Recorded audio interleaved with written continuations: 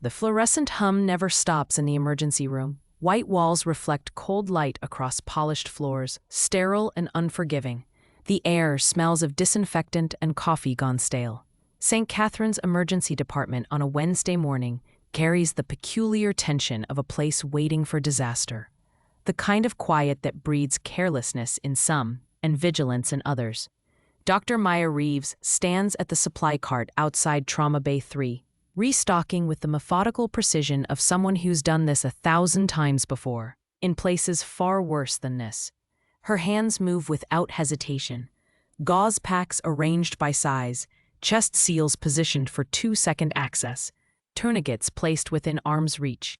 Not according to hospital protocol, which prioritizes alphabetical order and inventory tracking. According to survival. According to the logic of someone who has worked in the back of helicopters with no light and less time. She is alone, again. The morning shift flows around her like water around stone. Nurses chat at the station. Residents cluster near the coffee maker. No one offers to help. No one asks if she needs anything. They stopped asking months ago. Maya. She does not look up. Her hands continue their work, placing hemostatic gauze in the third drawer. Exactly where her fingers will find it without looking. Maya, we're out of coffee in the lounge. Now she glances up. Dr. Brandon Chen leans against the doorframe, arms crossed, expression somewhere between boredom and entitlement. Senior resident, 28 years old, 3 years her junior, though you would never know it from the way he speaks to her. I'm restocking the trauma bays. Yeah, and we're out of coffee. Ask one of the techs. I'm asking you. She places another pack of Quick Clot in the drawer. Her movements do not change speed, do not show irritation.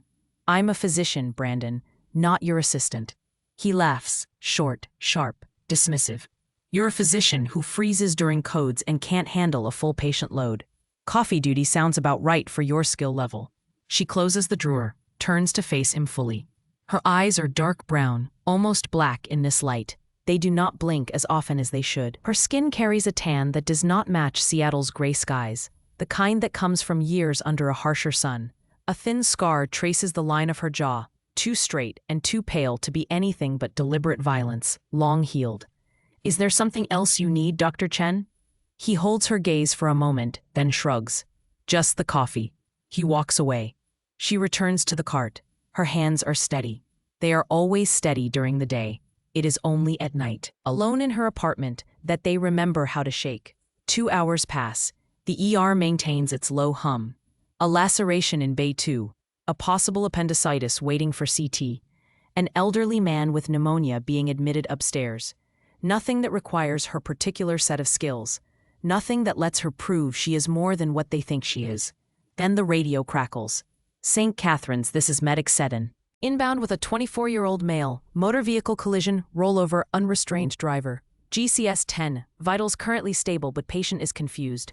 ETA 4 minutes. Maya's head comes up. Her posture does not change, but something shifts in her eyes, a sharpening, a focusing. She moves toward the ambulance bay.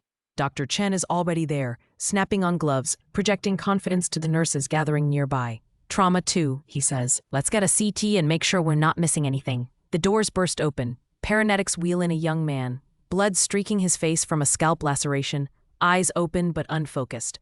The lead paramedic rattles off vitals while they transfer him to the hospital gurney. BP 130/85, heart rate 98, SATs 96% on room air. Pupils equal and reactive, complaining of left-sided chest pain.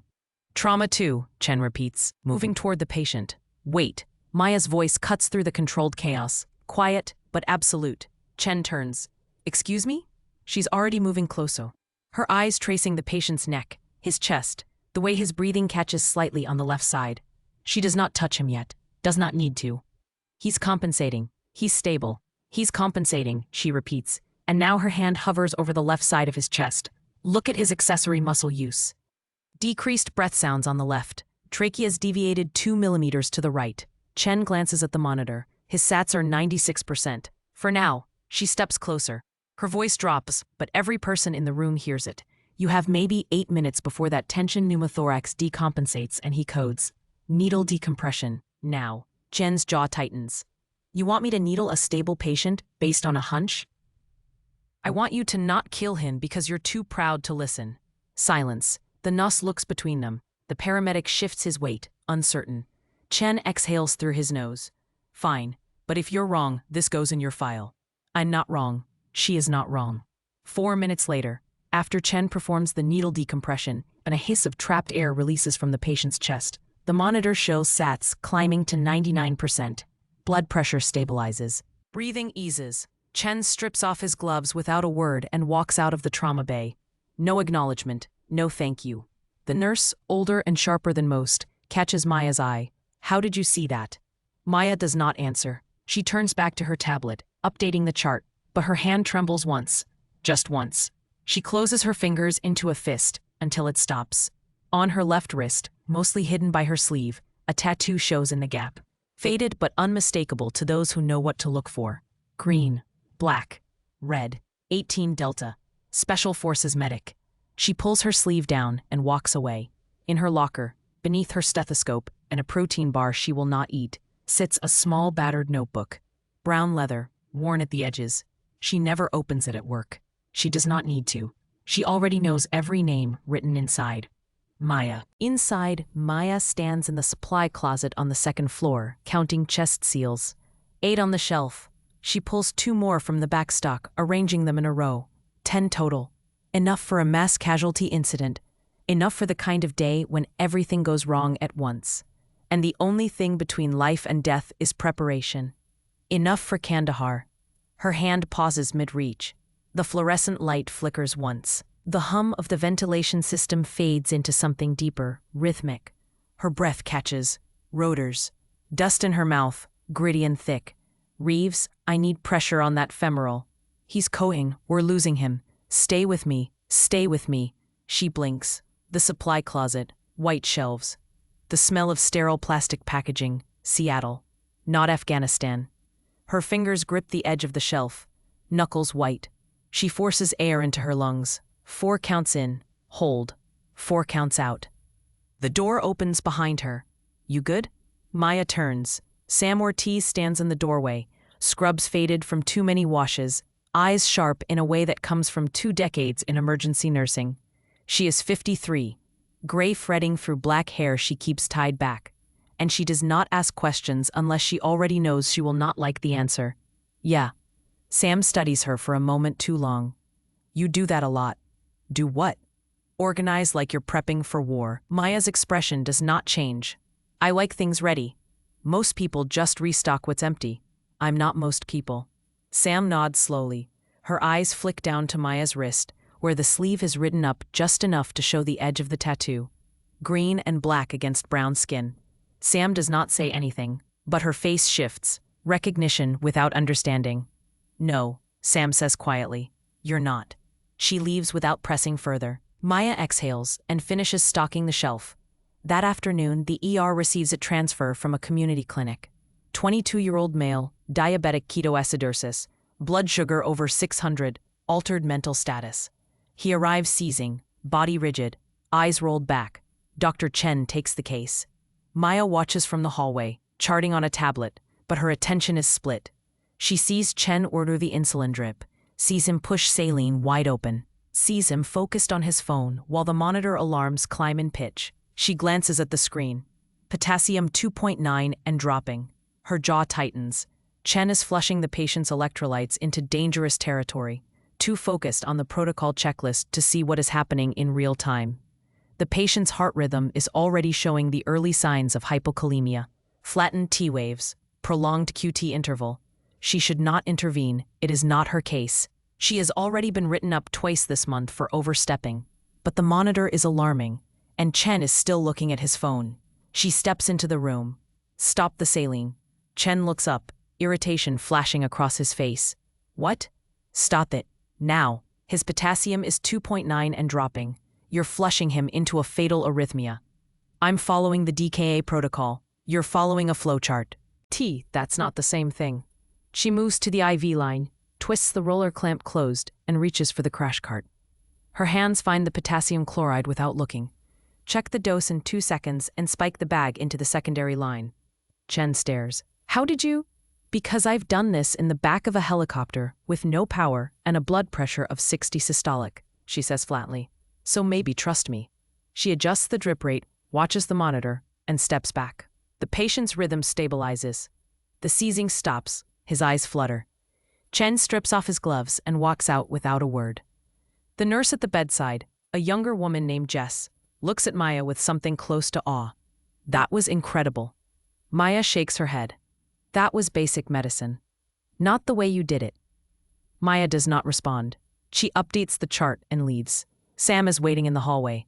You keep saving people Chen almost kills. That's not what I'm doing. That's exactly what you're doing. Sam crosses her arms. Where did you train? County General. Same as everyone else. Bullshit. Maya meets her eyes. Drop it, Sam. You move like military. I'm a doctor. You can be both. Maya's expression hardens. Not anymore. She walks away before Sam can press further. Later, in the break room, Maya sits alone at the corner table. In front of her, the small battered notebook. She does not open it, just rests her hand on the cover. Fingers tracing the worn leather. Inside are names, dates, locations. KIA, DOW Moscow, killed in action, died of wounds, mass casualty. She does not need to open it to see them. She knows every name, every face, every moment she could not save them. Her hand trembles. She pulls it back, closes her eyes, and breathes. 4 counts in, 4 counts out. When she opens her eyes, Sam is standing in the doorway. You okay? Fine. Sam does not move. You know my brother was Army. Came back different. Took him years to talk about it. Maya's throat tightens. I'm not your brother. No, but you're carrying something heavy. I can see it. Maya stands, slipping the notebook into her bag. I'm just tired. Maya, I said I'm fine. She walks past Sam and out into the hallway, where the fluorescent lights hum and the monitors beep, and no one asks her about the wars she still farts every day. On her way out, she passes Trauma Bay 3. The cart she restocked this morning is untouched, supplies in perfect order, ready for something no one believes will come. But she knows better. She always knows better. Outside, the Seattle rain falls soft and cold. She stands under the awning for a moment, watching it, letting the sound fill the space where the rotors used to be. Her hand goes to her wrist, the tattoo hidden beneath fabric. 18 Delta. She has not been that person in 3 years, but that person has never stopped being her. It starts with the sirens, not 1, not 2, 6, overlapping, climbing in pitch, growing louder. The sound cuts through the steady hum of the ER like a blade, sharp and raw. Maya's head snaps up from her charting. Nungo. Her pen stills. Her eyes go distant for half a second, reading the pattern in the noise. Multiple units, converging, close. The radio crackles. St. Catherine's, this is Medic 7. We have a mass casualty incident. Construction crane collapse, downtown, multiple critical traumas inbound. We're looking at 9 patients, possibly more. ETA 3 minutes. The charge nurse goes pale. Her hand hovers over the phone. Dr. Chen appears in the hallway, white coat, half-buttoned. Coffee still in his hand. How many? 9 confirmed, more potential. We don't have capacity for 9 criticals. Then we make capacity. Maya's voice cuts through the rising panic, calm and absolute. She is already moving. Not fast, not frantic, just inevitable. Clear trauma bays 1 through 4. Pull all available staff off non-emergent cases. I need airway kits, chest tube trays, and 4 units of O- per bay staged now. Chen turns. You don't give orders here. She does not stop walking. Someone has to. Her hands are already tying her hair back. Movements automatic, efficient. She snaps on gloves while moving toward the ambulance bay, her voice rising just enough to carry. Sam, get me a vascular tray in bay 3. Jess, I need 2 large bore IVs in every bay, 18 gauge minimum. If they're not bleeding, they can wait. Sam does not hesitate. She moves. So does Jess. So does everyone else. Because the tone in Maya's voice is not request. It is command. And in a crisis, people follow certainty. The ambulance bay doors slam open. Chaos floods in. Paramedics shouting, wheels screeching on tile. The smell of blood and diesel and dust. Patients on backboards. Faces pale. Clothes torn. Some screaming, some too still. First patient hits the door. 42-year-old male. Crushed pelvis, BP 70 over palp. GCS 8. Trauma 1, Chen yells, stepping forward. Second patient. 30-year-old female. Open tib-fib fracture. Hemodynamically stable but in severe pain. Trauma 2. Third patient. No one calls it. The paramedic looks around, frantic. Where do I? Trauma 3. Maya steps into the path of the gurney. Her eyes scan the patient in 2 seconds. Male, mid-20s, chest trauma, breathing labored, lips cyanotic, jugular veins distended. Tension pneumothorax, probable hemothorax. Get me a 14-gauge needle and a chest tube kit. A nurse hesitates. Dr. Reeves, shouldn't we get imaging first? He'll be dead before the x-ray comes back. Move. She does. Maya leans over the patient, fingers tracing the intercostal spaces, finding the landmarks by touch. Second intercostal space, mid-clavicular line. She does not hesitate. Needle in. One smooth motion, hiss of air. The patient gasps, color returning to his lips. Tube kit. It is in her hands before she finishes the sentence. Scalpel. Incision. Blunt dissection with her finger. Clamp. Tube threaded through. Suture. Blood pours into the collection chamber. Dark. Fast. 800 milliliters in 30 seconds. Hang 2 units oneg. Type and cross for 6 more. Page surgery now. The monitor beeps. SATs climbing. 89, 92, 95. BP stabilizing. She steps back. Next. For the next 40 minutes, the ER is a controlled storm. Patients arrive in waves. Broken bones, internal bleeding, head trauma, crush injuries. Maya moves between bays like a ghost, directing, stabilizing, sathing. When a resident freezes during a difficult intubation, she takes the laryngoscope without a word and has the tube placed in 12 seconds. When a nurse miscalculates a medication dose, Maya catches it before the syringe is even uncapped. When a patient in Bay 4 starts coding, she runs the entire resuscitation with a calm that seems inhuman. Chest compressions, epi, defib, pulse check, another round. Until the monitor shows sinus rhythm and the room exhales as one. Dr. Chen watches from the hallway. He does not interrupt. By the time the last patient is stabilized and wheeled to surgery, the ER looks like a war zone. Blood on the floors, discarded supplies everywhere, exhausted staff leaning against walls. Maya stands at the sink, scrubbing blood from her hands and forearms. Her face is blank, controlled, but her hands are shaking. She grips the edge of the sink and closes her eyes. 4 counts in, 4 counts out. Where the hell did you learn to do that? She opens her eyes. Chen is standing behind her, arms crossed. Expression caught between disbelief and suspicion. Medical school, she says quietly. Bullshit. She turns off the water, dries her hands, does not look at him. You moved like military, he says. Like special operations military. Her jaw tightens. I'm just a doctor, Brandon. No, you're not. She turns to face him.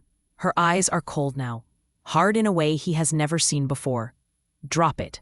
Maya. I said drop it. She walks past him, shoulders tight, hands still trembling at her sides. Sam is waiting near the nurse's station. That was the most impressive thing I've ever seen. Maya shakes her head. It was just triage. That wasn't triage.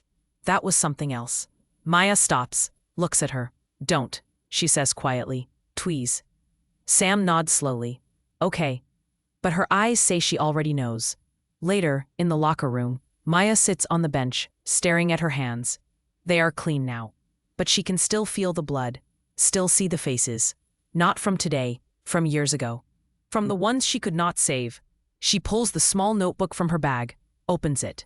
Names in black ink, dates beside them. SGT Kowalski, 08-12-2014, KI. CPL Matthews, 11-3-2015, DOW.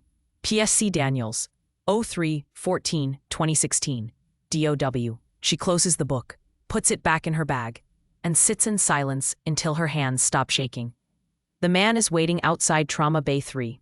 Maya sees him as she rounds the corner, and something in her chest tightens.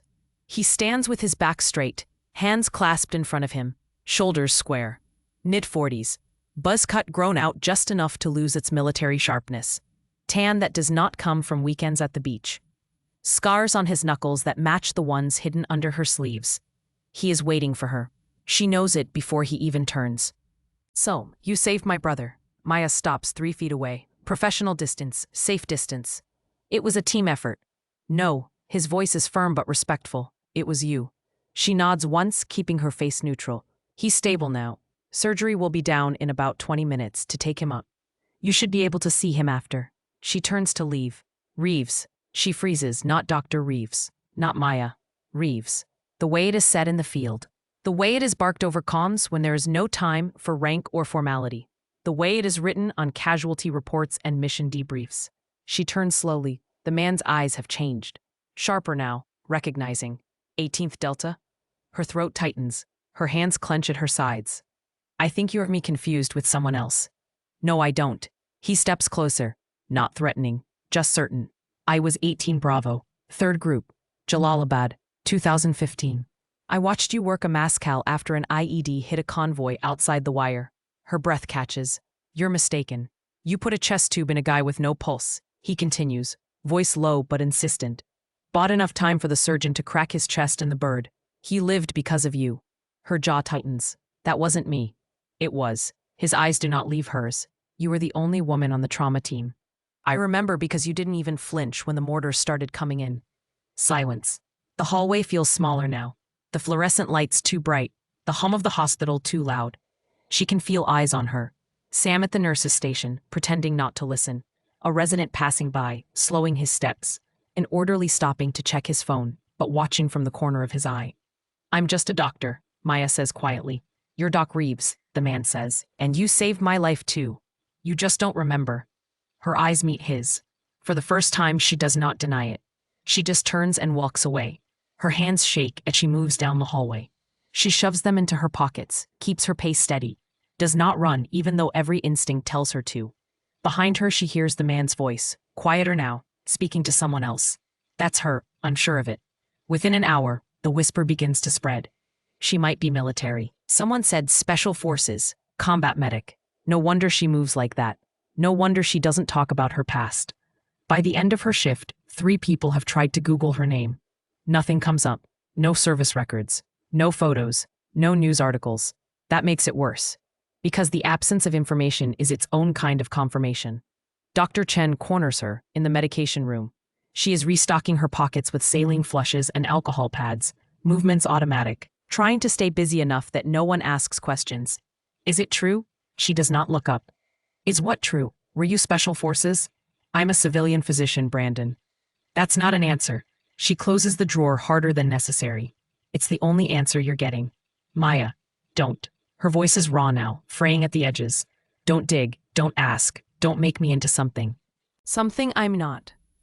Then tell me what you are. She turns to face him. Her eyes are tired, hollowed out in a way that has nothing to do with the long shift. I'm someone who wants to be left alone. Why? Because I left that life behind, she says quietly. I'm not that person anymore. Then why do you still move like her? The question lands like a blow. She stares at him, and for the first time, he sees past the wall she has built. Sees the exhaustion, the weight, the ghosts she carries in the space behind her eyes. Because she won't let me go, Maya says. Her voice breaks on the last word. She pushes past him and walks out. In the locker room, she sits on the bench with her head in her hands. Her bag is open beside her. Inside, the small battered notebook. She does not take it out, just stares at it. Sam appears in the doorway. You okay? Maya does not look up. Fine. That guy out there, the one who recognized you. He's telling people you saved his life in Afghanistan. Maya's hands tighten into fists. He's mistaken. Is he? Silence. Sam sits down beside her. My brother came back from Iraq different, she says quietly. Took him 5 years to talk about it. Took another 3 to stop flinching at loud noises. Maya's throat is tight. I'm not your brother. No, but you're carrying something, Maya, and it's eating you alive. Maya stands, grabs her bag, slings it over her shoulder. I'm going home, Maya. I'm fine, Sam. But they both know she is lying. Outside, the rain has stopped. The air smells clean, washed free of the city's grime. Maya stands under the awning, looking out at the parking lot, at the normal people getting into normal cars to go home to normal lives. She pulls her sleeve up. The tattoo stares back at her. Green, black, Red. 18 Delta. She traces it with her finger. 3 years since she left. 3 years of pretending to be someone else. 3 years of trying to bury the war. But the war will not stay buried. It never does. She pulls her sleeve down and walks to her car. Behind her, through the glass doors, she can see the ER still lit up, still moving, still saving lives. And she knows that tomorrow, the whispers will be louder. Tomorrow, the questions will be harder to dodge. Tomorrow, the mask she wears will start to crack. But tonight, she drives home in silence, gripping the steering wheel too tight, and tries to convince herself that she can keep running from the truth, even though she knows she cannot. The second crisis comes 36 hours later. Maya is finishing a chart when the radio crackles with a tone she has not heard in years. All units, active shooter situation, 6 blocks north of St. Catharines. Multiple casualties. Suspect still at large. GSWs inbound with police escort. The ER goes quiet for half a second. Then it explodes. Voices rising. Nurses scrambling. Residents wide-eyed. The kind of fear that comes when violence is not random accident, but deliberate hunting. Maya's hands stop moving on the keyboard. Her breath steadies. 4 counts in. 4 counts out. She stands. Clear all non-critical. Non-critical patients to the waiting room. Lock down the secondary entrances. I want security at every access point. The charge nurse stares. Dr. Reeves? Do it now. Her voice is different. Colder. Harder. Command. The nurse moves. So does everyone else. The first ambulance arrives with sirens screaming. Paramedics rush through the doors with a man on a gurney, mid-30s, GSW to the chest, blood soaking through the gauze they are holding over the wound. Sucking chest wound. BP 90/60 and dropping. SATS 87. Trauma 1, Chen yells, snapping on gloves. But his hands are shaking. Maya sees it. The patient is wheeled into the bay. Chen reaches for the chest seal, fumbles it, drops it. 2 seconds, maybe 3. Enough for the patient's SATS to drop to 83. Maya is already moving. She shoves past Chen, rips open a new chest seal, and slaps it over the wound in one smooth motion. Intubate him, now. Do it or he dies. Chen's hands tremble as he reaches for the laryngoscope. He gets the blade in, but he cannot visualize the cords. His angle is wrong. Maya takes it from him. Move. 30 seconds later, the tube is in, secured, ventilator attached. Chest tube kit. The nurse hands it to her without hesitation. Maya does not ask, does not explain, just acts. Scalpel. Incision at the 5th intercostal space. Blunt dissection with her finger. She feels the pleura give way. Clamp. Tube threaded through. Suture. Blood pours into the drainage chamber. 2 units ONEG. Type and cross for 4 more. Page surgery. The monitor beeps. SATS climbing. 89, 94, 97. BT holding. She steps back, stripping off gloves. Next patient. Another gurney crashes through the doors. 22-year-old female. GSW to the abdomen. Hypotensive.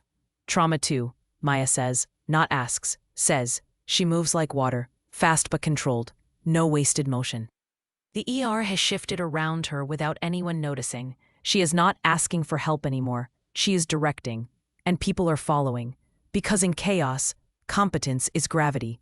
She works for 18 minutes straight. 3 patients, 2 GSWs, 1 shrapnel injury from broken glass, all stabilized, all alive. Then she hears it. Outside, the deep, rhythmic thump of rotors. Not the light medical evac birds. Something heavier, military.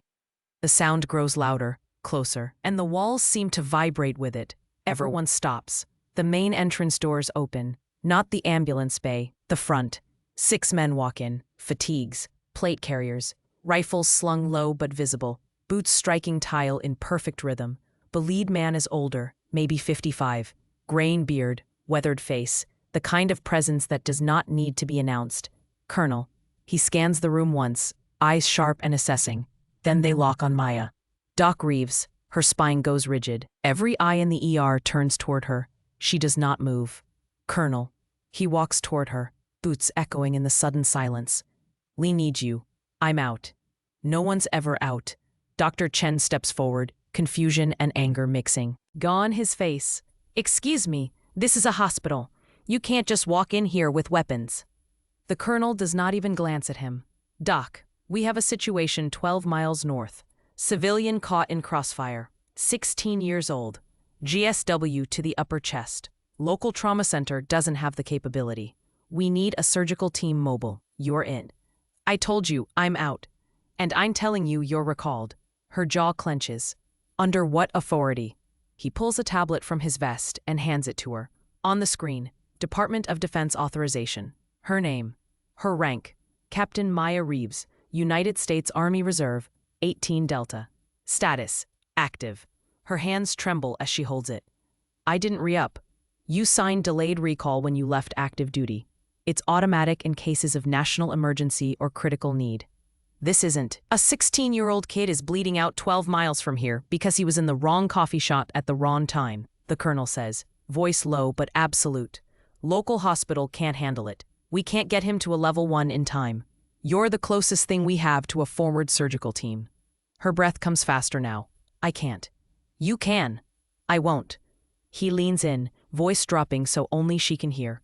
I'm not ordering you, Doc. I'm asking. That kid has maybe 20 minutes. You're the only one who can save him. Her eyes close. The ER is silent. Every staff member watching. Sam, Chen, Jess, the residents. Watching her. Watching the person she tried so hard to hide. Maya opens her eyes. When she speaks, her voice is steady, cold, different. I need a full trauma kit, surgical capability, and a bird that can handle the weight. The colonel nods. Already waiting outside. She turns to the staff. To Sam, to Chen, to the nurses who have worked beside her for months without knowing who she really was. Keep the ER running. I'll be back. Maya. Chen starts. She looks at him, and he sees it now. The truth. The steel beneath the surface. It's Captain Reeves, she says quietly. Then she walks toward the door. The colonel's team falls in behind her. Professional, respectful. One of them hands her a tactical vest as they move. She shrugs it on without breaking stride. Outside, the helicopter sits on the street, rotors still turning. Black, unmarked, the kind that does not officially exist. Maya climbs in. The door closes. The bird lifts. Inside the ER, the staff stands frozen, staring through the glass doors as the helicopter rises and banks north, disappearing into the night. Sam turns to Chen. Did that just happen? Chen does not answer.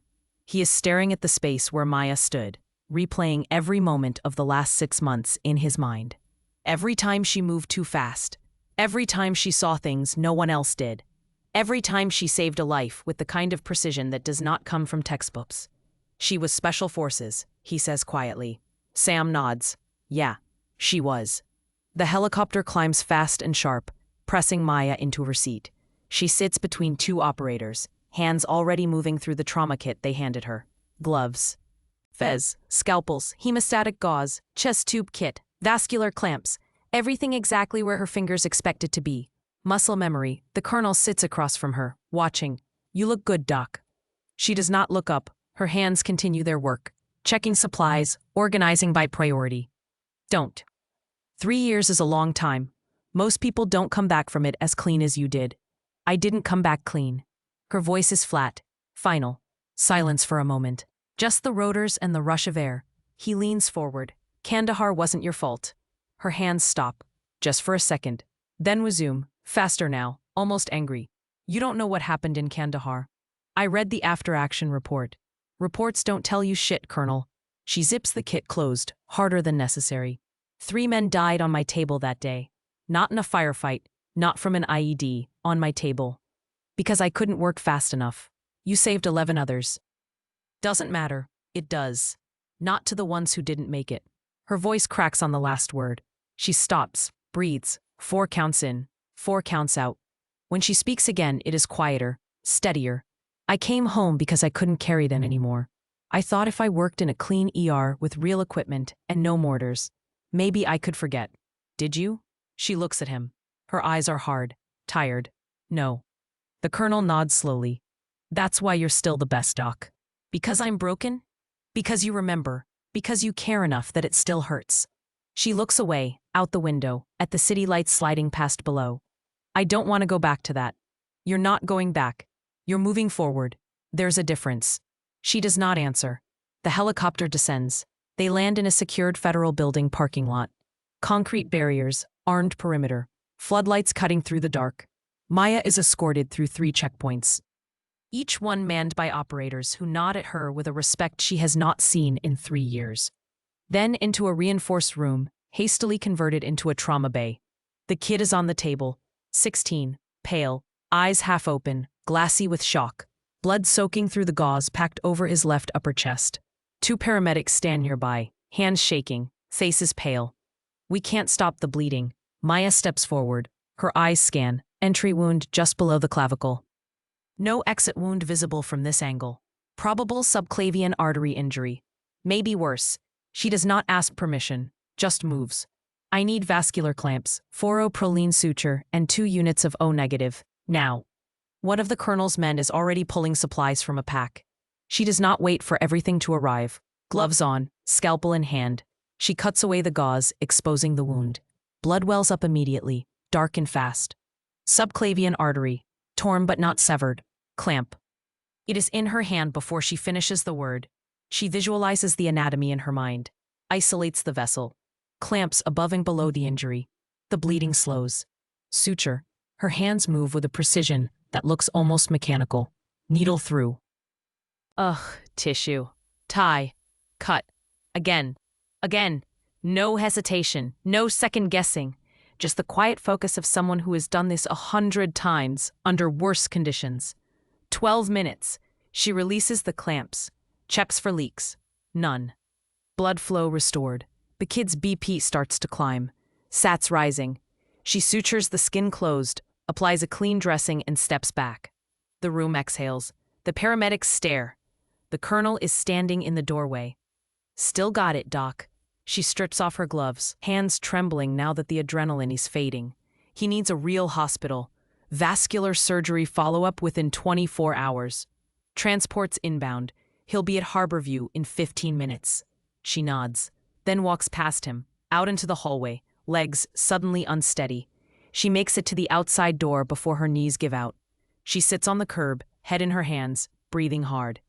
Not from exertion, from release. The colonel finds her there 2 minutes later. He sits beside her without speaking. "You should come back," he says finally. She shakes her head. "I can't do it anymore." "You just did." "That was one kid, one wound, one moment." Her voice is raw. "I can't lose another team, Colonel. I can't watch people I care about die because I wasn't fast enough, or smart enough, or good enough." "You won't." "That's what they said last time." Silence. He looks at her. "You know why I came for you tonight?" She does not answer. "Because when I asked who the best trauma surgeon in Seattle was, 5 different people said your name. And none of them knew you were military." She looks at him. "You earned that respect twice, Doc. Once in uniform, once out of it. That's rare." She swallows hard. "I just want to save people without seeing their faces every time I close my eyes." "You will, one day." "When?" He does not answer. Because neither of them knows. They sit in silence for a long time. The city quiet around them. The weight of old wars pressing down like gravity. Finally, she stands. "I need to get back." "We'll fly you."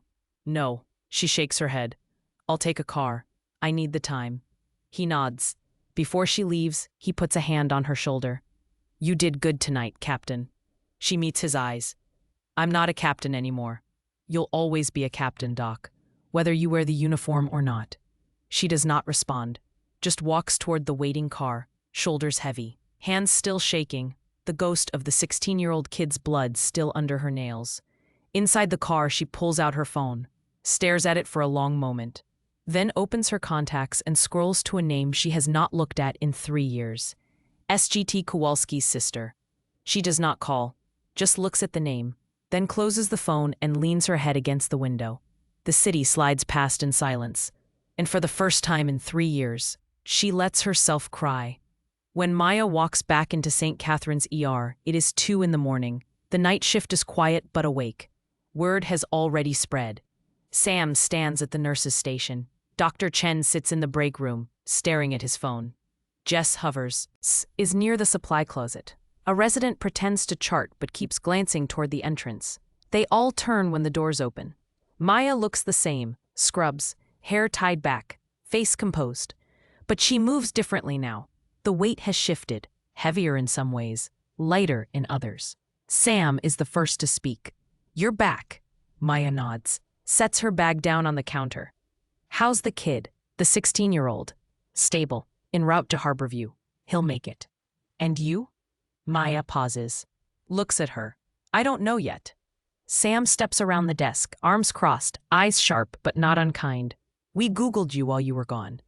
Maya's jaw tightens. "And?" "Nothing came up, but that guy from 2 days ago, the one who recognized you, he came back, waited 3 hours to talk to someone." "Why?" "Because he wanted us to know who you really are." Maya closes her eyes. "Sam?" "Captain Maya Reeves, 18th Special Forces Group, 3 deployments. Combat medic attached to forward surgical teams, 15 commendations, 2 silver stars." Silence. The words hang in the air like smoke. Maya's hands clench into fists at her sides. "That's not who I am anymore." "Then why did you go tonight?" "Because they made me." "Bullshit." Dr. Chen's voice cuts through from the doorway. He stands there now, arms crossed, face hard. "You went because you're still her. You've been her the whole time." Maya turns slowly. "You don't know what you're talking about." "Then tell me," he says, stepping closer. "Tell me why you organize supplies like you're prepping for war. Why you scan every room like it's hostile. Why you move like someone who's been shot at." "Because I have been." The words come out raw, louder than she intends. The ER goes silent. "I've been shot at," she says, voice shaking now.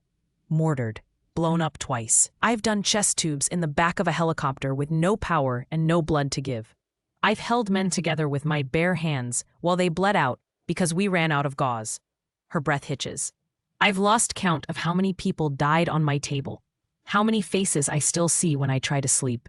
How many names I carry that no one else remembers." She looks at Chen, then at Sam, then at the others watching from doorways and hallways. "So yeah, I moves like that. I think like that. Because that's who I was. And no matter how hard I try to be someone else, I can't stop being her." Her voice drops to almost a whisper. "You wanted the truth? There it is." No one speaks. Sam steps forward. "Why didn't you tell us?" Maya's shoulders sag. "Because I wanted to be normal. I wanted to be just a doctor. Not the veteran. Not the hero.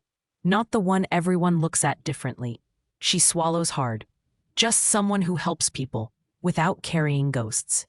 "You're that person." "No." Maya shakes her head. "I'm the person you didn't trust. The one you gave coffee duty to. The one you assumed was too damaged to handle a full patient load." Chen looks down. "I'm sorry. You should be." He nods, meets her eyes. "I was wrong. We all were. You're the best doctor in this ER, and I was too." Proud and too stupid to see it. Maya studies him for a long moment. "Yeah, you were." She picks up her bag. "Maya," Sam starts. "It's Captain Reeves," Maya says quietly. "If you're going to know the truth, at least use the rank I earned." She walks toward the locker room. Behind her, the staff stands in silence, the weight of her words settling over them like snow. 2 days later, Maya is called into the hospital administrator's office. She expects a reprimand, maybe termination for leaving during a shift, even under federal orders. Instead, Martin Kellerman, a man in his 60s with silver hair and tired eyes, gestures for her to sit. "The Department of Defense called," he says without preamble. Maya's stomach tightens. "They told us who you are, what you've done, and they made it very clear that we've been underutilizing one of the most highly trained trauma physicians on the West Coast." He slides a folder across the desk. "We're offering you a new position, Director of Trauma Services. Full authority over protocols, staffing, and training. Salary commensurate with your experience, both military and civilian." Maya stares at the folder.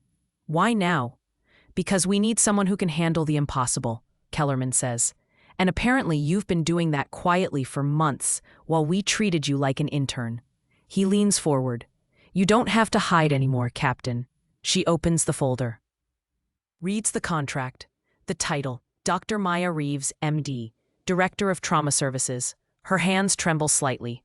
"I'm not a captain here. I'm a doctor." "Then be both." She looks up at him. He meets her gaze, steady and sincere. She picks up the pen, signs. That afternoon, Sam finds her in the supply closet. Maya is restocking, same as always, but her movements are slower now, more deliberate. You okay? Maya glances over. Yeah. Sam leans against the doorframe. That kid you saved? The 16-year-old, he woke up this morning, asking about the doctor who worked on him. Maya's throat tightens. Tell him I'm glad he made it. I did. His mom wants to meet you. Maya shakes her head. I just did my job. No, you saved her son's life. Sam pauses. She deserves to say thank you. Maya is quiet for a long moment, then nods. Okay. Sam smiles. Also, Chen wants to apologize, officially. He already did. He wants to do it again, in front of everyone. Maya closes the supply drawer. He doesn't need to humiliate himself. He says he does. Maya turns, meets Sam's eyes. Tell him we're good. Tell him to just be better. Sam nods. You know, you're going to change this place. I'm just going to do my job. That's what I mean. Maya allows herself a small smile. For the first time in 3 years, it feels real. 6 months later, the ER looks different now. Not the walls or the lights or the layout. Those are the same. But the rhythm has changed. The energy, the confidence. Maya stands at the whiteboard in the conference room, leading a trauma simulation. 12 residents sit in front of her, notebooks open, eyes focused. Dr. Chen is there. Sam, Jess, A handful of new hires who came specifically because they heard about the program she built. Tension pneumothorax, Maya says, tapping the board. Your patient is crashing. SATs dropping, BP falling. You have 90 seconds before he codes. Go. The residents move to the simulation mannequin, hands quick but controlled now. One calls for a needle. Another preps the chest tube kit. A third manages the airway. They move like a team. Like they have been trained by someone who knows what it means when seconds matter. Maya watches with the calm of someone who has seen this done under fire and lived to teach it. When the timer goes off, she nods. Good. But in the field, you won't have monitoring. You won't have backup. You'll have your hands, your eyes, and your training. Trust them. One of the younger residents raises her hand. Dr. Reeves, is it true you did this kind of thing in combat? Maya pauses, then nods. Yes. What was it like? The room goes quiet. Maya sets down the marker, looks at them. It was the hardest thing I've ever done, she says slowly. And the most important. She crosses her arms, leaning against the desk. You want to be good at this? Then stop thinking of trauma as chaos. It's a puzzle. A brutal one, but still a puzzle. And every second you stay calm, you buy time to solve it. Even when people are dying? The resident asks. Especially then. She looks around the room. Panic kills. Hesitation kills. The moment you freeze, someone dies. So you don't freeze. You move. You think. You act. And you do not give up until there is nothing left to try. The residents nod, scribbling notes. Chen watches from the back of the room, arms crossed, a faint smile on his face. After the session ends, he approaches her. That was good. Thanks. You're a better teacher than I ever was. Maya glances at him. You're doing fine, Brandon. I'm doing better because of you. He pauses. I wanted to say that again. Officially. You changed the way I practice medicine. She meets his eyes. You changed the way you practice medicine. I just showed you what was possible. He nods. Still, thank you. She accepts it with a small nod. Later, in her office, Maya sits at her desk. The room is small, but functional. A window overlooking the ambulance bay, shelves lined with medical texts and training manuals. A photo on the wall of the trauma team, taken last month after they successfully managed a 5-car pileup with 0 deaths. On her desk sits a handwritten letter. She picks it up, reads it for the 3rd time today. Dear Dr. Reeves, I'm alive because you didn't give up. My mom says you saved me when no one else could. I don't remember much, but I remember your voice, calm. Like everything was going to be okay. Thank you for giving me a future. Marcus. She sets it down gently. Beside it, the small battered notebook. She opens it. Names, dates, locations. Sergeant Kowalski, CPL Matthews, PFC Daniels. She traces one name with her finger, then turns to a blank page at the back, picks up a pen, writes, Marcus Delgado, 16 years old, GSW subclavian artery, survived. IVD. She underlines the last word, then closes the book and places it in the desk drawer. Not thrown away, not forgotten. just set down. A knock at the door. Sam steps in. You've got a visitor. Who? County General's trauma director. Wants to talk about your protocols. Maya raises an eyebrow. They sending someone to poach me? Sam grins. No. They want you to help redesign their program. She sets a folder on the desk. Maya opens it. Reads the proposal. A consultation contract. Her name at the top. They're asking for you specifically, Sam says. Words getting around. The program you built here is the best in the state. Maya exhales slowly. Tell them I'll think about it. They're offering a lot of money. It's not about the money. Sam nods. I know. She turns to leave, then pauses. You know you're allowed to be proud of this, right? Of what you've built? Maya looks up. I'm just doing my job. No, you're doing something bigger than that. You're teaching people how to save lives under the worst conditions. That matters. Maya is quiet for a moment, then nods. Yeah, it does. That night, Maya stands outside the ER entrance, same place she used to stand when the weight felt too heavy to carry inside. The city is quiet, the air cool, the lights of downtown glowing in the distance. She pulls out her phone, scrolls to a number she has not called in 3 years. It rings twice. Doc Reeves? The colonel's voice is the same, steady, certain. Yeah, didn't think I'd hear from you again. I didn't think I'd call. Silence for a moment. You doing okay? He asks. She looks back at the hospital, at the lights in the trauma bays, at the people inside still working, still saving, still fighting. Yeah, she says. I think I am. Good. I'm not coming back. I know. But I'm not running anymore either. I know that too. She smiles faintly. Thanks for that night. You earned it. Doc, you earned all of it. She hangs up, stands there for another moment, then walks back inside. The ER is busy now. A new patient arriving. Monitors beeping. Residents moving with purpose. Maya joins them. Hands steady. Eyes calm. The scar on her jaw visible now, not hidden. A young resident approaches, uncertainty on his face. Dr. Reeves, I have a question about the chest tube placement. She answers without hesitation. Clear. Precise. Patient. The way someone taught her once. The way she now teaches others. The camera pulls back slowly. The ER in full motion. Controlled chaos. Lives being saved. People being trained. And at the center of it all, Captain Maya Reeves. Not hiding anymore. Not running. Just standing in the place where she belongs. Doing the work that only she can do. Carrying the weight of the past but no longer crushed by it. The monitor beeps steady. The voices coordinate. The trauma bay doors swing open for the next patient. And she moves forward. Always forward. The screen fades to black. White text appears. Some people don't need to be the loudest to lead.